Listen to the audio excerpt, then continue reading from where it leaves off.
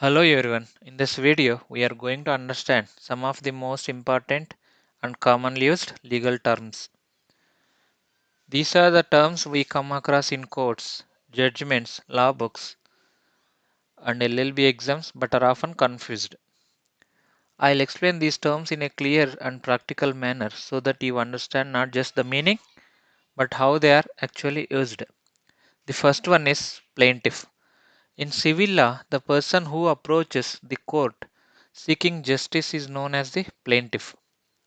A plaintiff is someone who believes that his civil or legal right has been violated, whether it relates to property, money, contract, or any other civil matter.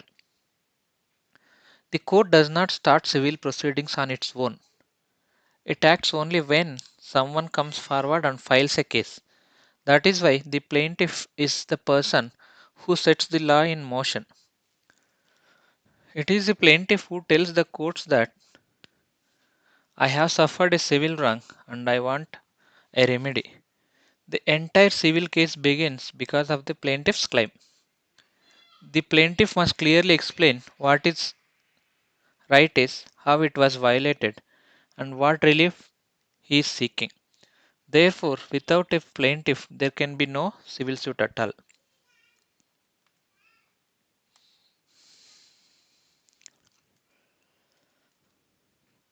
The next one is defendant.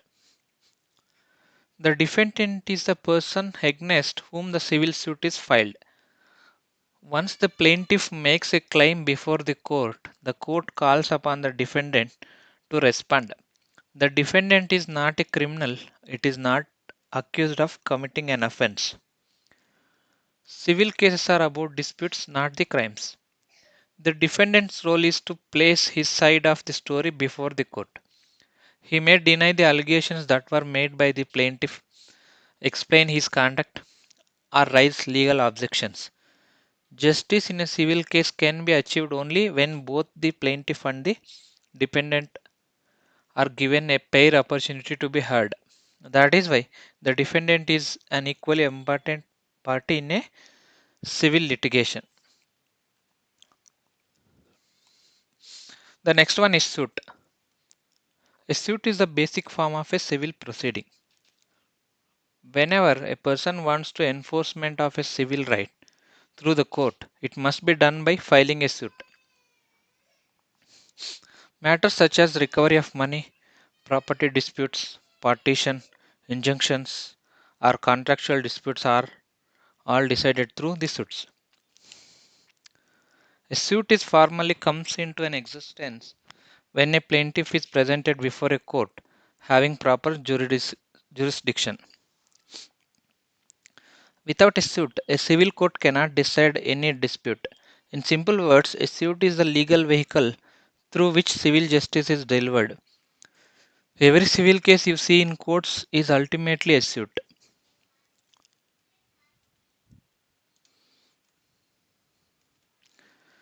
Next one is plaint.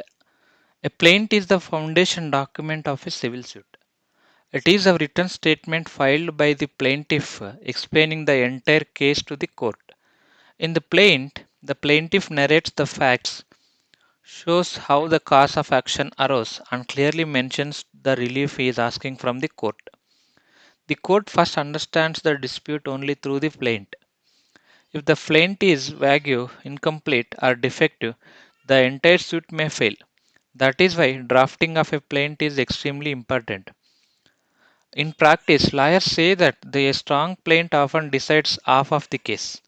Hence, the plaint is rightly called the backbone of a civil suit. Now let's look at written statement. The written statement is a reply filed by the defendant to the plaint.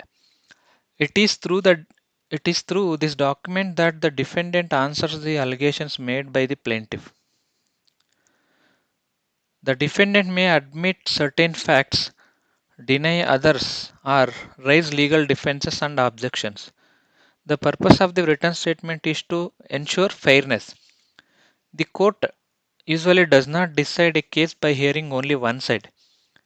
Pleadings are considered complete only when both the plaint and written statements are filed. Therefore, the written statement completes the initial stage of civil litigation and allows the court to frame issues for trial. And the next one is decree. A decree is a formal and final decision of a civil court determining the rights of the parties. After hearing arguments and examining the evidences, the court arrives at a conclusion regarding who is right and who is wrong. This conclusion is expressed in the form of a decree. A decree is very important because it is enforceable. If the losing party does not obey the decree voluntarily, the winning party can approach the court for execution. Thus, a decree is not just a declaration of right, but a legal enforceable command of the court. It represents the final outcome of a civil suit.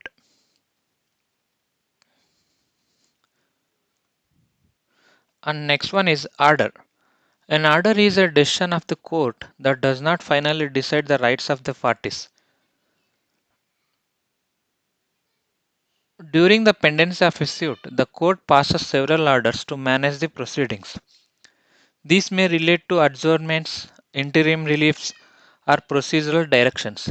Unlike a decree, an order does not conclude the dispute. It supports the judicial process and ensures smooth conduct of the case. While a decree brings finality, an order facilitates progress. Both are important, but they serve different purposes in civil procedure. Now let's look at injunction. An injunction is an order by which the court restrains a person from doing a particular act. The idea behind injunctions is prevention rather than the punishment. Courts grant injunctions to prevent irreparable harm, to preserve the existing situation until the dispute is finally decided. For example, in property disputes, courts often grant injunction to stop sale or construction. These injunctions play a crucial role in protecting rights before damage occurs. Therefore, injunction is one of the most powerful preventive remedy in civil law. The next one is execution. Execution is a process by which a court enforces its decree. Merely winning a case and not obtaining a decree is not enough. The successful party must actually receive the benefit of the decree, and that happens through execution. Execution proceedings compel the judgment's debtor to comply with the court's decision. This may involve attachment of property, arrest, or sale depending on the nature of the decree.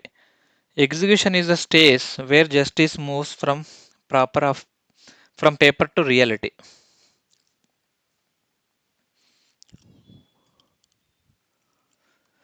And next one is limitation. Limitation refers to the time period prescribed by law for filing suits, appeal, or applications. Law does not encourage people to approach courts after unreasonable delay. Even a genuine claim can be rejected if it is filed beyond limitation. The object of limitation is to bring certainty and finality to legal relations. Courts help those who are vigilant, not those who sleep over their rights. Therefore, limitation teaches an important legal lesson. Rights must be enforced within the given time. And now let's look at judgment. A judgment is the statement of reasons given by the court for the decision it reaches in a case. It is not just the final result, but the explanation behind that result. In a judgment, the judge discusses the facts of the case, the issues involved, the evidence presented, and the legal principles applied. In civil cases, the judgment forms the basic for the decree, while in criminal cases, it leads either conviction or acquittal. A judgment shows how the judge applies his or her mind to the case. Therefore, when we read a judgment, we understand not only what the court decided, but why it decided so.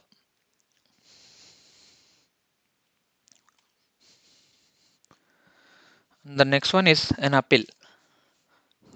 An appeal is a legal process by which a party challenges the decision of a lower court. before a higher court. If a party feels that the trial court has committed an error, the law provides an opportunity to seek reconsideration. However, appeal is not just an automatic right and can be filed only when the law permits it. The appellate court may confirm the lower court's decision, modify it, or set it aside completely. The, the purpose of appeal is to correct judicial mistakes and ensure fairness. Thus, appeal acts as an important safeguard in the judicial system.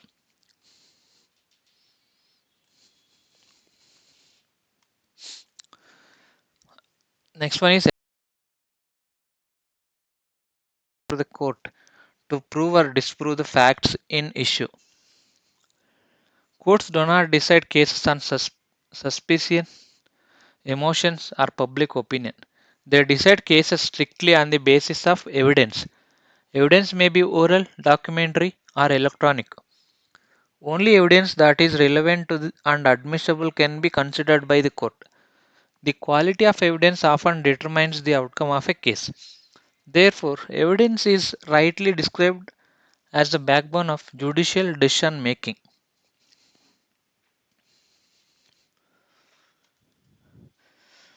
A witness is a person who gives testimony before the court regarding facts relevant to the case. Witnesses help the court to understand what actually happened. They may be eyewitnesses, expert witnesses, or formal witnesses. The credibility of a witness is tested through cross examination. The court carefully observes the conduct and consistency of the witness before relying on his testimony. Hence, witnesses play a crucial role in searching for the truth.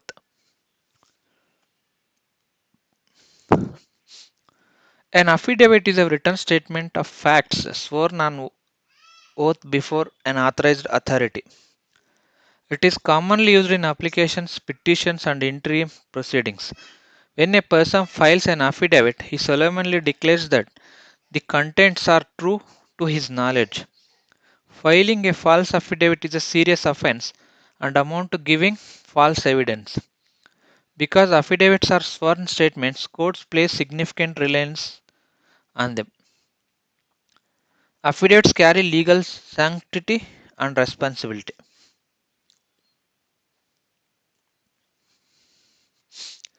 The next one is summons.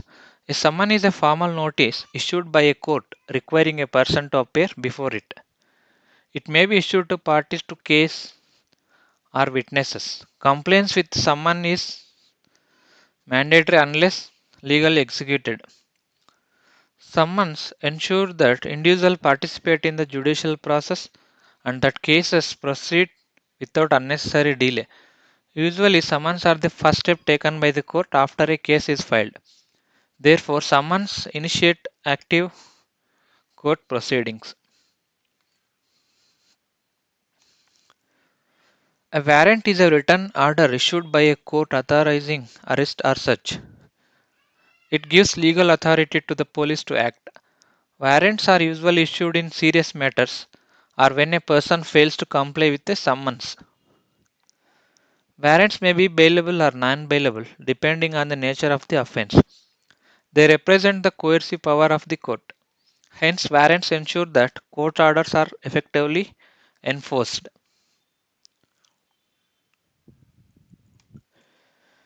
Jurisdiction refers to the authority of a court to hear and decide a case. A court must have jurisdiction over the subject matter, territory, and sometimes the value of the dispute. Without proper jurisdiction, even a correct decision becomes legally invalid. Jurisdiction is determined at the time of filing the case.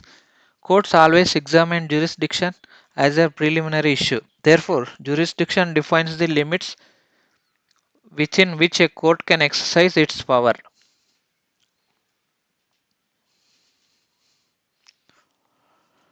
Now let us understand what is an accused, who is an accused. In criminal law, the person against whom criminal proceedings are initiated is called the accused. When an offense is alleged to have been committed, the state prosecutes the case against the accused.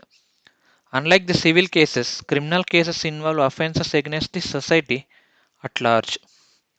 It is very important to remember that an accused is a presumed innocent until proven guilty.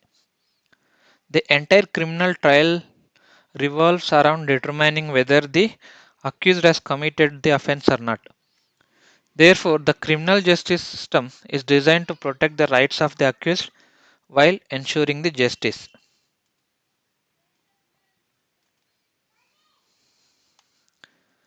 And the next one is victim.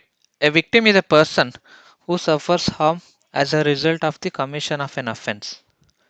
The harm may be physical, mental, emotional, or financial. Traditionally, criminal law focused mainly on the accused, but modern law recognizes the importance of victims as well. Victims now have certain rights, including the right to participate in proceedings and to seek compensation. Criminal justice today aims to balance the rights of the accused with the interests of victims. The role of the victim has gained increasing importance.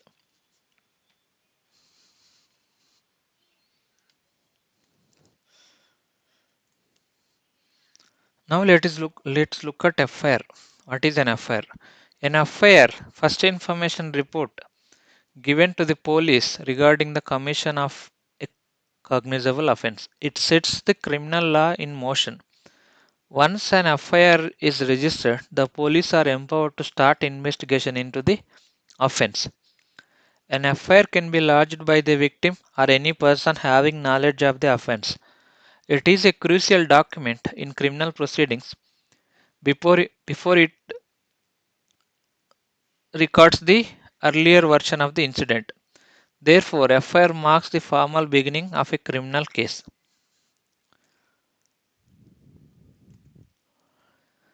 Complaint is an allegation made before a magistrate regarding the commission of an offense. Unlike FIR, a complaint is not made to the police. After receiving a complaint, the magistrate may examine the complaint and take cognizable of the offense. Complaints are commonly used in cases involving non-cognizable offenses. They provide another route through which criminal law can be set in motion. Hence, complaint is an important procedural tool in criminal law.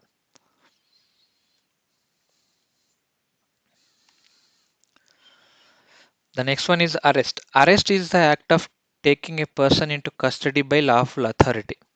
The purpose of arrest is not to punish the person but to ensure proper investigation and trial. Law strictly regulates arrest to protect individual liberty. An arrested person has several rights, including the right to be informed of the grounds of the arrest. Arrest must always follow due process of law. Therefore, arrest is a procedural step, not a punishment. Next one is custody. Custody refers to the control of the accused by the police or under the authority of a court. Custody may be police custody or judicial custody. It is granted for limited periods and only when it is really required. The purpose of custody is to facilitate investigation or ensure the presence of the accused before the court. Even during custody, the rights of the accused must be protected.